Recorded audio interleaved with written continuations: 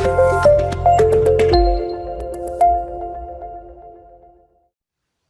everyone, and welcome to the very first video of Psych for Life, where we'll be learning about some of the practical uses of psychology. Today we're going to learn a bit about how our memory system works, so we can understand the most effective and ineffective ways to learn.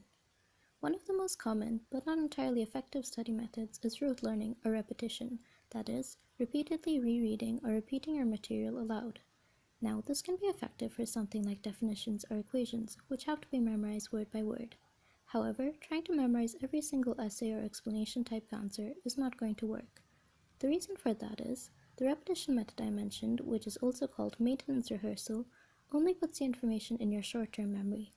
This is what you use for something like repeatedly saying someone's phone number before you save it on your phone. Once that's done, it quickly gets lost from your memory, and that's okay because you don't need to remember it again. However, with your study material, you definitely want to keep it in your memory for more than a few minutes. Unknowingly, what a lot of us tend to do is read something a few times, test yourself right after, or even a short time after, and then assume you've learned it when you can recollect.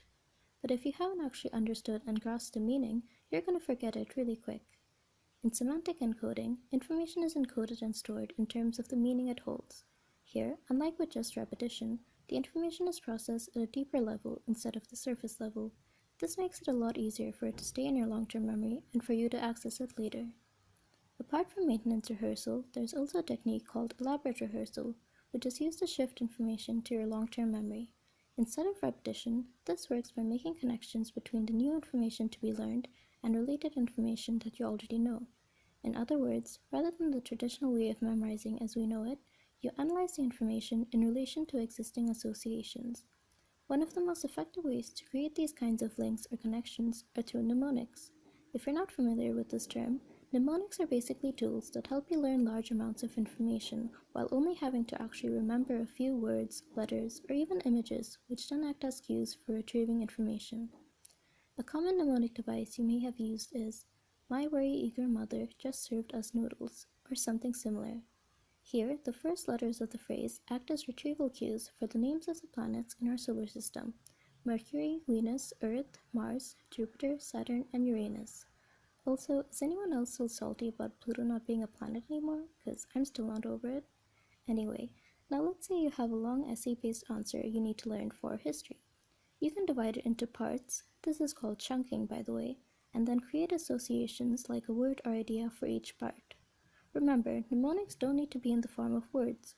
Creating a visual image to remember an event or process can be really effective. Now, if you can just remember those short cues you made, it'll be a lot easier to remember the rest. And keep in mind, you can and should be writing things in your own words, unless it's absolutely necessary for something to be known word by word, again, such as a scientific definition. That's the only time you should use the repetition method. Einstein once said that if you can't explain something simply, you don't understand it well enough. One of the best study tips I use is pretend I'm teaching a concept to someone who's never heard about it before. This way, you'll try to explain it in the simplest way you can. You can even use this idea when writing essay-based answers in an exam. Assume that the person reading it has no idea about the concept.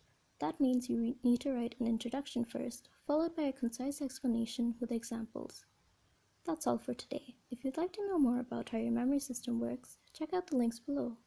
In an upcoming video, I'd like to explain in more detail about the most effective way to study, and together we can build better study habits and toss out the bad ones. So stay tuned and have a great day.